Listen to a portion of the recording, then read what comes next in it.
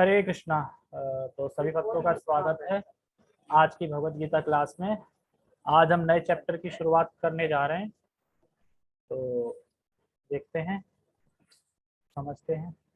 पहले मंगलाचरण करते हैं।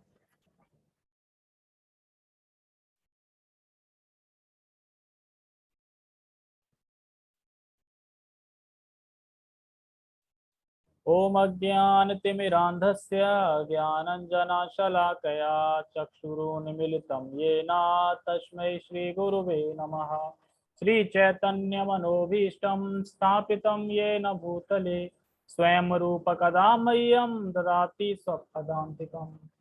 वन्देऽहं श्रीगुरो श्रीयुतापदकमलं श्रीगुरून् वैष्णवांश्च श्रीरूपं साग्रजातं सहगणरघुनाथान्वितं तं सजीवं साद्वैतं सावधूतं परिजनसहितं कृष्णचैतन्यदेवं श्रीराधा कृष्णपादान् सहगणललिता श्रीविशाखान्विशां च। हे कृष्ण करुणा सिंधु दीनबंधो जगतपते गोपेश गोपिका कांता राधा कांता नमस्ते। तप्त कांचना गौरांगी राधे वृंदावनेश्वरी वृषभानुसुते देवी प्रणमामि हरिप्रिये। वाञ्छाकल्पतरुभ्यश्च कृपा सिन्धुभ्य एव च पतितानां पावनेभ्यो वैष्णवेभ्यो नमो नमः। जय श्री कृष्ण चैतन्य प्रभु नित्यानंद श्री अद्वैत गदाधर श्रीवासादि गौर भक्तवृंद। हरे कृष्णा कृष्णा कृष्णा हरे हरे, हरे राम राम राम हरे हरे। रामाय रामभद्राय रामचंद्राय वेदसे रघुनाथाय नाथाय सीतया पते नमः। नमो विष्णुपादाय कृष्णपृष्ठाय भूतले श्रीमते भक्तिवेदांत स्वामिने इति नामने। नमस्ते सारस्वते देवे गौरवाणी प्रचारिणे निर्विशेष शून्यवादी पाश्चात्य देश तारिणे। ओके, हरे कृष्णा।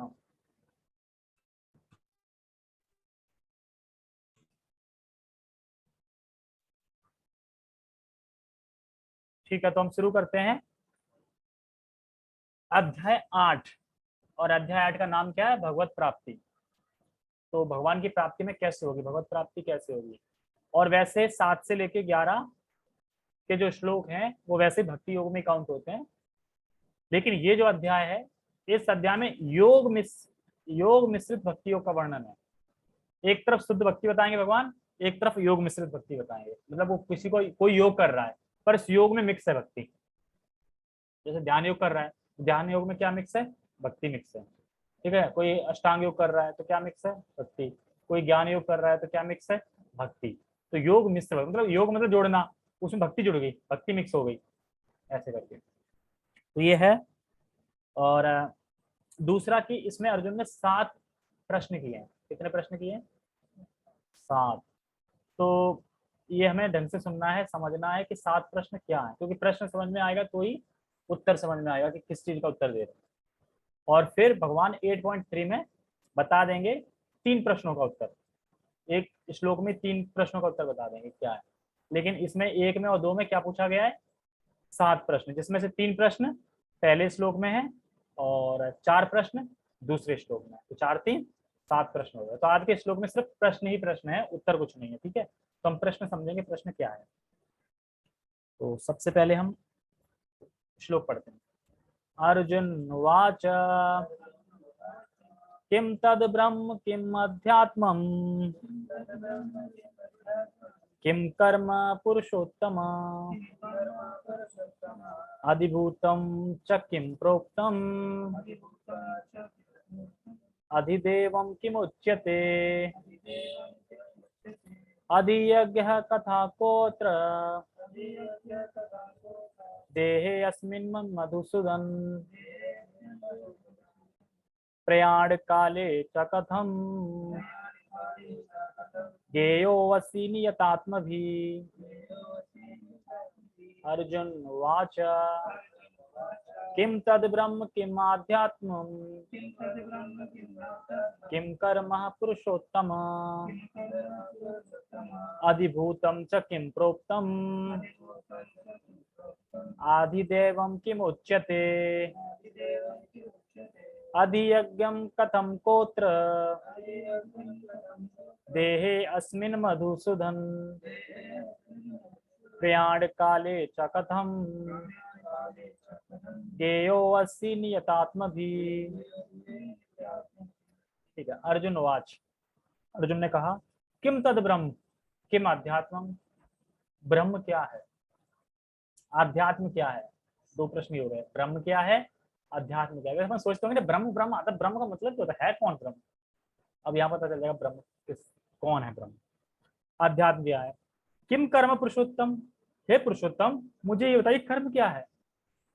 तो तीन प्रश्न हो गए, ब्रह्म क्या है, आध्यात्म आध्यात्म क्या है, और कर्म क्या है। ठीक है। कर्म बेसिकली कौन सा कर्म, कर्म बेसिकली है कि अगर किसी को मनुष्य जन्म मिला है तो उसका कर्म क्या है, क्या करना है उसके यहाँ पे। ठीक है। ये दूसरी लाइन में आदिभूतम च किम प्रोक्तम आदि देवम किम उच्यते, और कह रहे हैं आदिभूत किसे कहते हैं। तीन बताए थे ना मैंने पिछले 30वें श्लोक में। आदिभूतम किसे कहते हैं, आदिदेव किसको कहा जाता है, और इस देह में यज्ञ स्वीकार करने वाला किस प्रकार रहता है। तो हे मधुसूदन मुझे बताइए, ये पूछ रहे हैं इस देह में जो इस देह में जो कौन रहता है, इस देह में जो यज्ञ स्वीकार करने वाला वो है, वो कौन है, वो मुझे बताइए। फिर कह रहे हैं देह अस्मिन सुदन हो गया मधुसूदन, प्रयाण काले च कथम गेयो अस्सी नियतात्म भी, और कह रहे हैं प्रयाण काल में मृत्यु के समय कैसे भगवान का स्मरण कर सकते हैं वो बताइए। मतलब जो भक्त हो या भक्त हो, मृत्यु के समय आपका कैसे स्मरण होता है, मृत्यु के बाद क्या होता है, कैसे आपका स्मरण होता है, क्या होता है। तो इस तरीके से 7 प्रश्न है। पहले प्रश्न एक बार फिर से देख लेते हैं, ब्रह्म क्या है, आध्यात्म क्या है, कर्म क्या है, या फिर एक अलग सकाम कर्म क्या है। ठीक है। और भौतिक संसार क्या है, भौतिक संसार क्या है, और मरने के बाद कैसे मतलब समझ में आएगा कि आपकी प्राप्ति हो गई, और क्या वो करे तब आपकी प्राप्ति होगी। तो एक ये प्रश्न है। लास्ट प्रश्न है मृत्यु के समय जो भक्त है वो आपको कैसे जान सकता है, और कैसे आपका स्मरण कर सकता है, मृत्यु के समय आपका स्मरण कैसे कर सकता है, कैसे जान सकता है। तो 7 हो गए, एक में 3 है एक में 4 है। देखो पहले श्लोक में है ब्रह्म क्या है, आध्यात्म क्या है, कर्म क्या है, 3 हो गए। चौथे में आदिभूत क्या है, आदिदेव क्या है, आदि यज्ञ क्या है, 6 हो गए। और 7वां है मृत्यु के समय वो कैसे आपको जान सकता है, मृत्यु के समय कैसे स्मरण कर सकता है। 7 प्रश्न हो गए। 3 प्रश्न वही हैं जो पिछले श्लोक में थे, आदिभूत, आदिदेव, आदि यज्ञ, ये क्या है। लेकिन इसमें जुड़ कौन सा गया, ब्रह्म क्या है, आध्यात्म क्या है। आध्यात्म मतलब होता है कि जीव का स्वभाव क्या है, जो आत्मा है ना, जीवात्मा, उसका स्वभाव क्या है। तो यहाँ पे ये तो नहीं कह सकते कि जीव का स्वभाव, यहाँ पे ये ना ब्रह्म, ब्रह्म क्या है, तो ब्रह्म का स्वभाव क्या है। तो ब्रह्म पहले ये पता चले है कौन ब्रह्म, तब पता चलेगा उसका स्वभाव क्या है। और एक चीज ध्यान रखनी है कि स्वभाव और स्वरूप अलग अलग है। स्वरूप हमारा क्या है, सच्चिदानंद, लेकिन यहाँ स्वभाव की बात हो रही, स्वभाव क्या है। ठीक है। ओके, हम एक बार वो देखते हैं,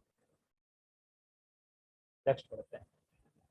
अर्जुन ने कहा हे भगवान, हे पुरुषोत्तम, ब्रह्म क्या है, आत्मा क्या है, सकाम कर्म क्या है, ये भौतिक जगत क्या है, तथा ये हट क्यों मेरा।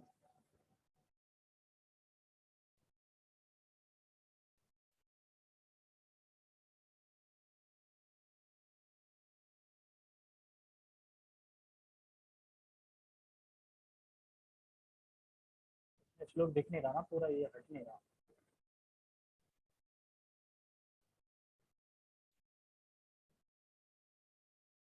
देवता, हाँ देवता क्या है, देवता क्या है, इसका क्या आ गया, आदि देव क्या है। एक मिनट में छोटा ही करना पड़ेगा, समझ में नहीं आ रहा। ठीक है, कैसे पढ़ते हैं, कोई नहीं। यह भौतिक जगत क्या है, तथा देवता क्या है, कृपा करके ये ऐसा मुझे बताइए।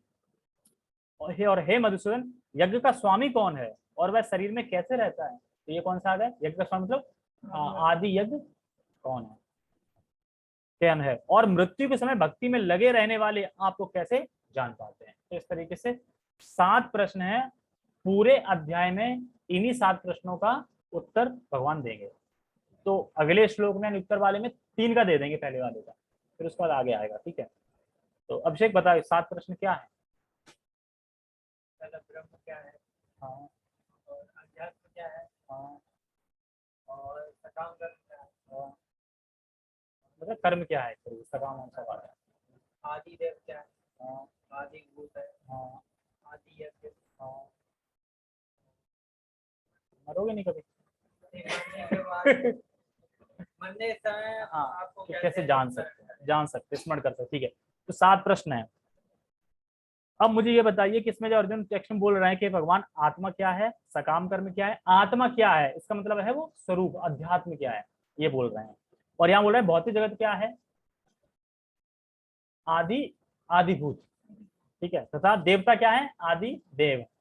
कृपा करके मुझे, हे मधुसूदन यज्ञ का स्वामी कौन है, ये कौन है, आदि यज्ञ क्या है। तो ये तीनों प्रश्न, 3 ये और 4 वो, 7 प्रश्न हो गए। अब हम इसका पढ़ते हैं परपट 7 बजे। तो ज्यादा कठिन नहीं है, सिर्फ प्रश्न है आज के, कल से थोड़ी बुद्धि लगानी पड़ेगी, कल से प्रश्न है। पहले मैं समझा दूं, 7 से 12 में भगवान ने भक्ति योग की बात करी है, लेकिन इसमें जो है, इसमें योग मिश्रित भक्ति भी है, मतलब शुद्ध भक्ति भी है, योग मिश्रित भक्ति भी है। तो कुछ लोग योग करना चाहते हैं ना, योग ना कुछ नहीं योग। तो जो योग है, एक्चुअली योग, वो योग जाता है भक्ति देवी के पास। वो कहता है कि वो मेरे पास आया है, तो जब तक आप फल नहीं दोगे तो कैसे मैं कुछ कर सकता हूँ, मान लीजिए भक्ति का फल तो मिलना चाहिए ना। तो भक्ति अपनी कृपा करती है योग पे, भक्ति राजी हो जाती है, तब भक्ति कुछ अपना फल देती है, तब वो योग के जरिए भक्ति को प्राप्त कर पाता है। योग अलग चीज हो गया, जैसे भक्ति योग, योग मतलब जुड़ना हो गया, भक्ति हो गई ना, तो योग भक्ति के पास जाएगा कि मुझे आपकी भक्ति चाहिए, एक्चुअली मेरे पास कोई आया है योग करने के लिए, मतलब कोई भी योग हो सकता है, ध्यान योग, अष्टांग योग, कर्म योग, ज्ञान योग, कोई भी योग। तो फिर जब भक्ति उसमें अपना फल थोड़ा डालती है, फल समर्पित करती है, तो जैसे एक तरीके से योग योग समर्पित है किसको, भक्ति को, तब हम योग के जरिए भक्ति को प्राप्त कर पाते हैं। और बता रहे हैं ब्रह्म क्या है, आत्मा क्या है, सकाम कर्म क्या है, भौतिक जगत क्या है, देवता क्या है, यज्ञ का स्वामी कौन है, और ये शरीर में कैसे रहता है। एक तो यज्ञ का स्वामी कौन है, और ये शरीर में रहता कैसे है, ये एक साथ होगा, ठीक है।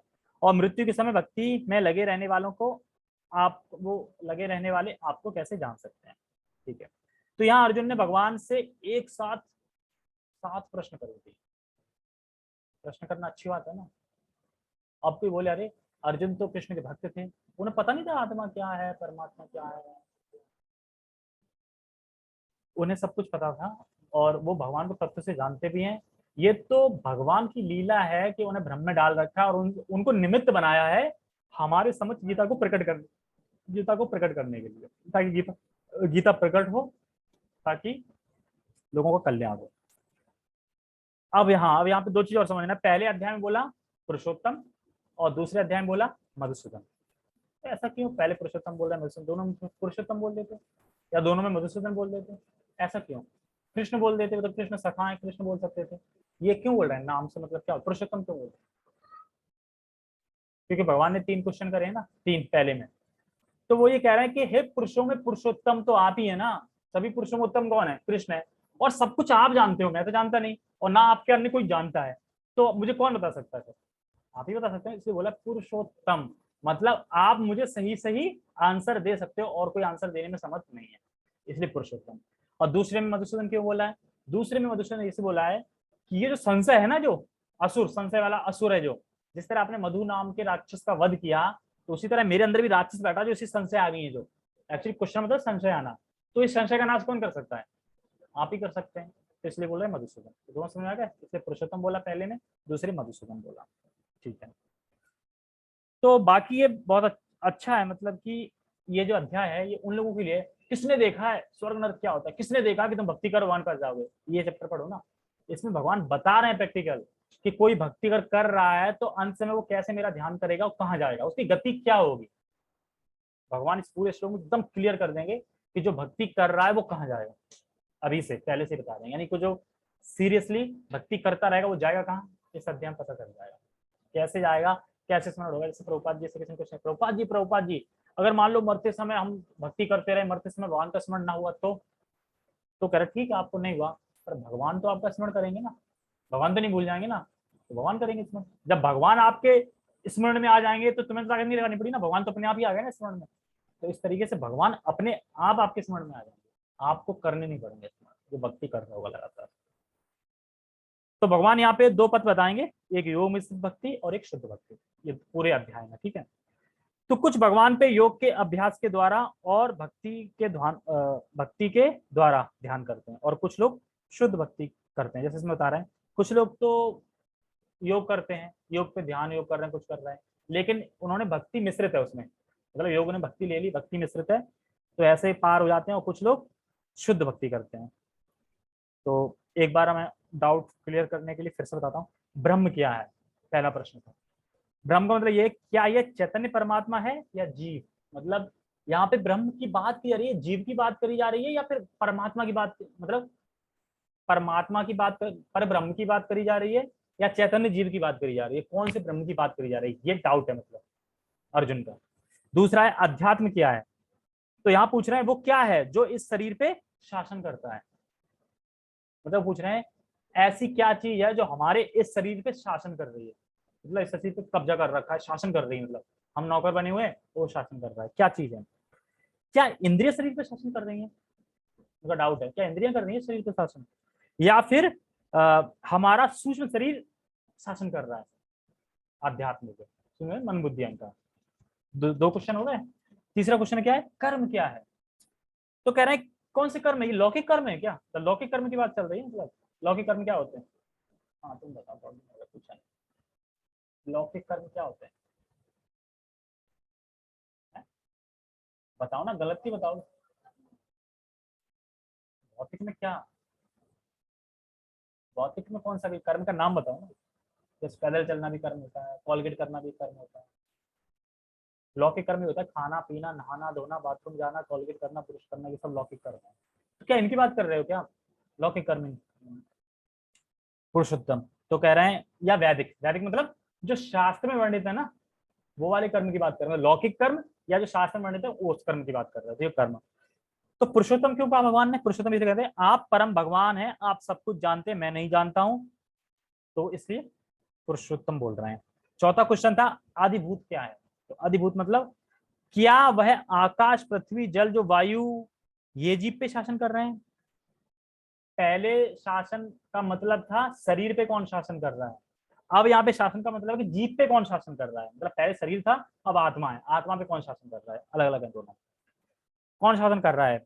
या जो जीव का शरीर है जो इन वस्तुओं से बना है वह शासन कर रहा है, जो जीव जिस वस्तु से बना हुआ है क्या वो शासन कर रहा है, करता है? तो किसको आदिभूत कहते हैं, ये पूछ रहा है। और पांचवा क्वेश्चन है आदिदेव क्या है? आदिदेव मतलब क्या यह देवताओं पर ध्यान है, मतलब क्या यह देवताओं पे ध्यान है, या विश्व रूप विराट रूप है ना भगवान का, या उस पे ध्यान है? तो अर्थात देवता आदिदेव हैं या विश्व रूप आदिदेव है, कौन है ये बताइए। छठवा है आदि यज्ञ कौन है, मतलब जो यज्ञों के भोक्ता हैं वो विष्णु है या इंद्र है, क्योंकि कहीं कहीं इंद्र भी लिखे ना, मैन देवताओं में मैन है ना इंद्र, तो इंद्र भोक्ता है, तो क्या ये इंद्र है या विष्णु है, ये डाउट है। तो और लास्ट है मृत्यु के समय जो भक्त है वो आपको कैसे जान सकता है, कैसे आपको पहचान सकता है, कैसे आपका मृत्यु के समय स्मरण कर सकता है। 7 क्वेश्चन क्लियर होगा एकदम, ऐसा नहीं कि भूल रहे हो। ठीक है, जूम वाले कौशल प्रभु 7 प्रश्न बताना।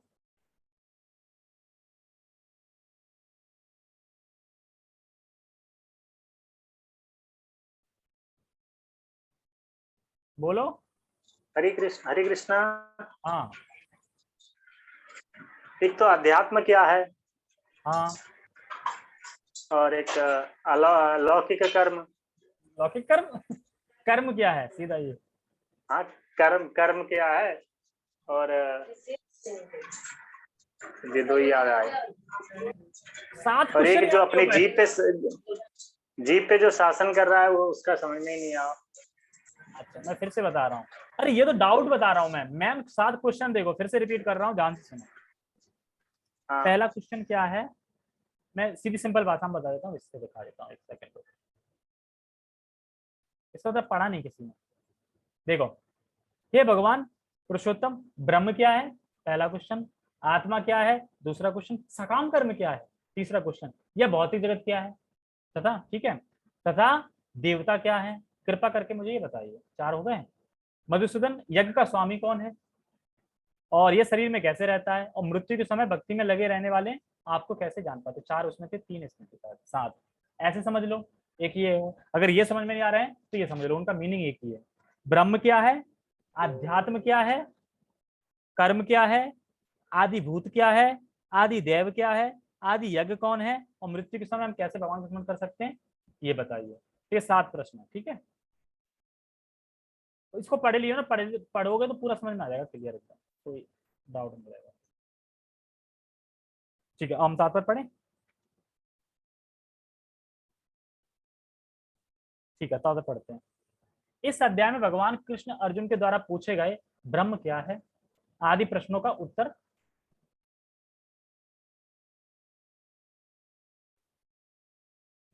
आदि का उत्तर देते हैं। उत्तर कहां से आ गया?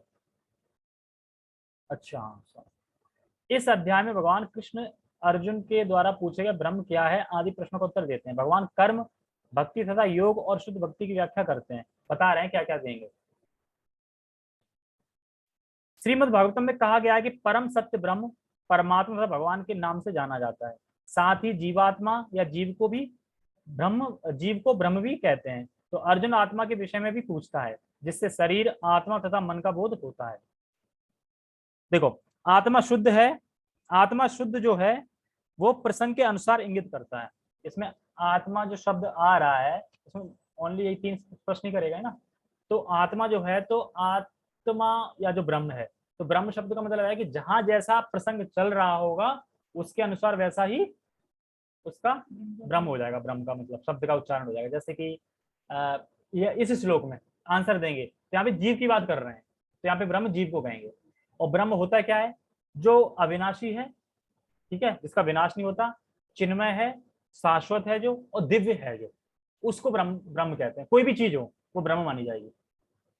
निराकार जो है वो भी ब्रह्म है। कैसे? वो भी दिव्य है और वो भी मरता नहीं कभी, अविनाशी है, तो वो भी ब्रह्म है। हम भी हैं, भगवान भी है, सब ब्रह्म है ना। तो यहाँ पे कौन से प्रसंग में क्या बात चल रही है, जो बात चल रही है उस प्रसंग में वो करना होगा। तो ये आत्मा शब्द जो है वो प्रसंग के अनुसार इंगित करता है।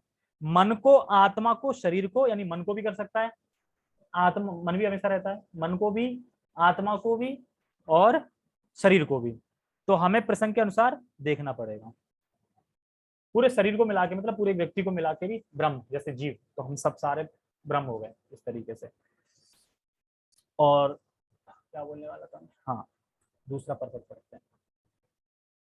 अर्जुन ने परमेश्वर को पुरुषोत्तम या परम पुरुष कहकर संबोधित किया है, जिसका अर्थ यह होता है कि वह यह सारे प्रश्न अपने एक मित्र से नहीं, अपनी परम पुरुष से उन्हें परम प्रमाण मानकर पूछ रहा था, जो निश्चित उत्तर दे सकते हैं। तात्पर्य में ये बता रहे हैं कि इसलिए पुरुषोत्तम बोला है क्योंकि मित्र समझ के नहीं पूछ रहा है। वो मित्र होते तो क्या यारी दोस्ती होती है।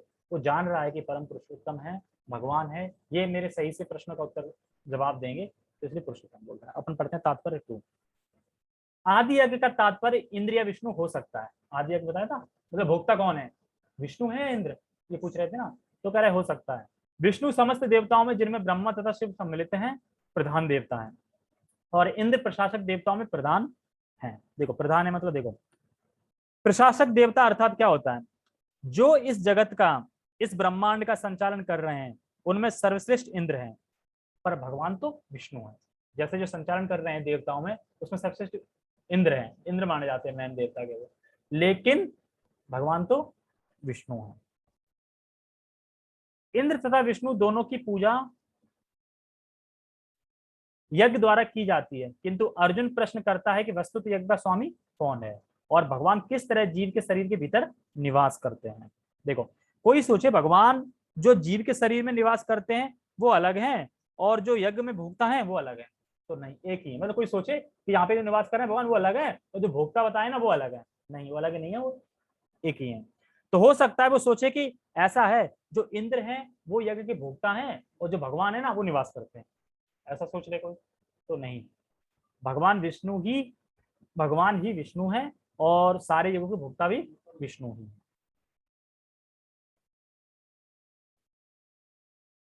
कौन है और भगवान किस तरह जीव के शरीर के बाद निवास करते हैं, पढ़ लिया। अर्जुन ने भगवान को मधुसूदन कहकर संबोधित किया क्योंकि कृष्ण ने एक बार मधु नामक असुर का वध किया था। वस्तुतः ये सारे प्रश्न जो शंका के रूप में हैं, अर्जुन के मन में नहीं उठने चाहिए थे, क्योंकि अर्जुन एक कृष्ण भावनावित भक्त था। अतः ये सारी शंकाएं असुरों के सदृश हैं। चूंकि कृष्ण असुरों को मारने में सिद्धस्त थे, अतः अर्जुन उन्हें मधुसूदन कहकर संबोधित करता है, जिससे कृष्ण उसके मन में उठने वाली समस्त असुरी शंकाओं को नष्ट कर दें। इस श्लोक का प्रयाण काले शब्द भी अत्यंत महत्वपूर्ण। प्रयाण काले आया था ना नीचे, प्रयाण काले मतलब 7वां प्रश्न क्या था, मृत्यु के समय हम आपको कैसे याद कर सकते, तो उसके बारे में बता रहा है। क्योंकि अपने जीवन में हम जो भी करते हैं उसकी परीक्षा मृत्यु के समय होनी है। वैसे परीक्षा में क्या प्रश्न आएगा, जब मृत्यु के समय परीक्षा होगी, इसमें प्रश्न क्या आएगा? ओपन है, पता है क्या प्रश्न आएगा? भगवान कौन है, भगवान का स्मरण करना हमें, ये प्रश्न है। प्रश्न क्या है, हम किस तरीके से भगवान का स्मरण कर सकते हैं, क्या करें, कैसे करें, तो यही प्रश्न आने वाला है। तो हमें पहले से पता है, तो उसकी तैयारी करना शुरू कर दो। अर्जुन उन लोगों के विषय में जो निरंतर कृष्ण भावना में लगे रहते हैं, यह जानने के लिए अत्यंत इच्छुक है कि अंत समय उनकी दशा क्या होगी। देख पूछ रहा है कि नहीं, जो कि निरंतर लगे हैं कृष्ण भावना में, भक्ति में लगे हैं, उनकी अंत समय क्या दशा होगी। एक्चुअली हम सब लोग भक्ति कर रहे हैं, मान लो पूरा सब कर रहे हैं, तो ये डाउट आ जाएगा ना यार, अंत समय होगा क्या। तो भगवान 8वें अध्याय में ये बता रहे हैं कि होगा, उनका क्या होगा, जो अभक्त है उसका क्या होगा, जो भक्त है उसका क्या होगा, दोनों का अंत समय में बताएंगे। कहाँ पे थे, यह जानने का अत्यंत इच्छुक है कि अंत समय उनकी दशा क्या होगी। मृत्यु के समय शरीर के सारे कार्य रुक जाते हैं और मन सही दशा में नहीं रहता। क्यों पूछ रहे हैं, क्योंकि अंत समय क्या होता है, शरीर रुक जाता है, शरीर की इंद्रियां काम नहीं करती और गला रुक जाता है, तो स्मरण कैसे होगा आपका, क्या दशा होगी उसकी जो भक्त कर रहा है। इस प्रकार शारीरिक स्थिति बिगड़ जाने से हो सकता है कि मनुष्य परमेश्वर के स्मरण ना कर सके। कभी होता है ना, शारीरिक स्थिति बिगड़ जाती है, ना कर सके। परम भक्त महाराज कुलशेखर प्रार्थना करते हैं, हे भगवान, इस समय मैं पूर्ण स्वस्थ हूँ, अच्छा हो कि मेरी मृत्यु इसी समय हो जाए, जिससे मेरा मन रूपी हंस आपके चरण कमलों रूपी नाल के भीतर प्रविष्ट हो सके। तो जो कुलशेखर महाराज है वो कह रहे हैं, देखो मैं भी स्वस्थ हूँ, भक्ति कर रहा हूँ, स्मरण कर रहा हूँ, अच्छा हुआ कि मेरे अभी प्राण निकल जाए, क्योंकि मैं आपका स्मरण करते हुए मर जाऊंगा, अभी कोई दिक्कत नहीं होगी। अब जब बूढ़ा हो जाऊंगा तो क्या पता कोई रोग घेर ले, मुंह से आवाज ना निकले, कुछ हो जाए, कैसे करूंगा। तो यही प्रश्न है, मन रूपी हंस प्रविष्ट हो सके। यह रूपक इसलिए प्रयुक्त किया गया है क्योंकि हंस जो एक जल पक्षी है, वह कमल के पुष्पों को उतरने में आनंद का अनुभव करता है, इस तरह वह कमल पुष्प के भीतर प्रवेश करना चाहता है। महाराज कुलशेखर भगवान से कहते हैं, इस समय मेरा मन स्वस्थ है और मैं भी पूरी तरह स्वस्थ हूँ। यदि मैं आपके चरण कमलों का चिंतन करते हुए तुरंत मर जाऊं तो मुझे विश्वास है कि आपके प्रति मेरी भक्ति पूर्ण हो जाएगी, किंतु यदि मुझे अपनी सहज मृत्यु की प्रतीक्षा करनी पड़ी तो मैं नहीं जानता कि क्या होगा, क्योंकि उस समय मेरा शरीर कार्य करना बंद कर देगा, मेरा गला रुध जाएगा और मुझे पता नहीं कि मैं आपके नाम का जप कर पाऊंगा या नहीं। तो अच्छा यही होगा कि मुझे तुरंत मर जाने दे। तो अर्जुन प्रश्न करता है कि ऐसे समय मनुष्य किस तरह कृष्ण के चरण कमलों में अपने मन को स्थिर करता है। तो देखो, जो भक्त है, तो भक्त शंकाओं से, जो शंका है,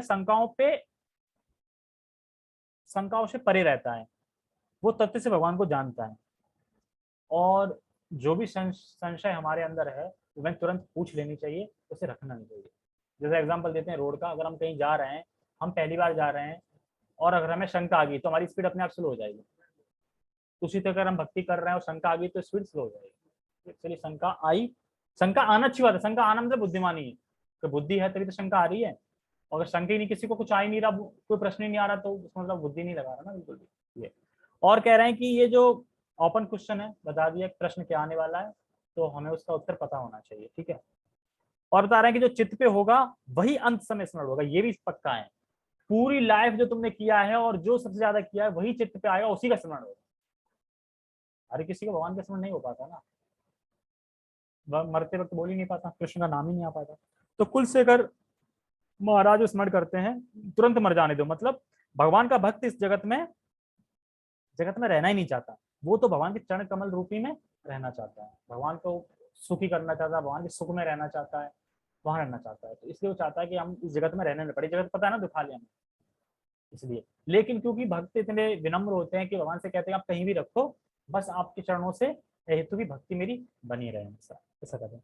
तो यही कुलशेखर महाराज कहते हैं कि अभी मैं स्वस्थ हूँ, बाद में पता नहीं कर पाऊंगा। तो अब सोचो, सबसे भाग्यशाली कौन थे? महाराज परीक्षित। पता चल गया कि 7 दिन बाद मृत्यु है, अब बताओ ये अच्छा है कि बुरा है?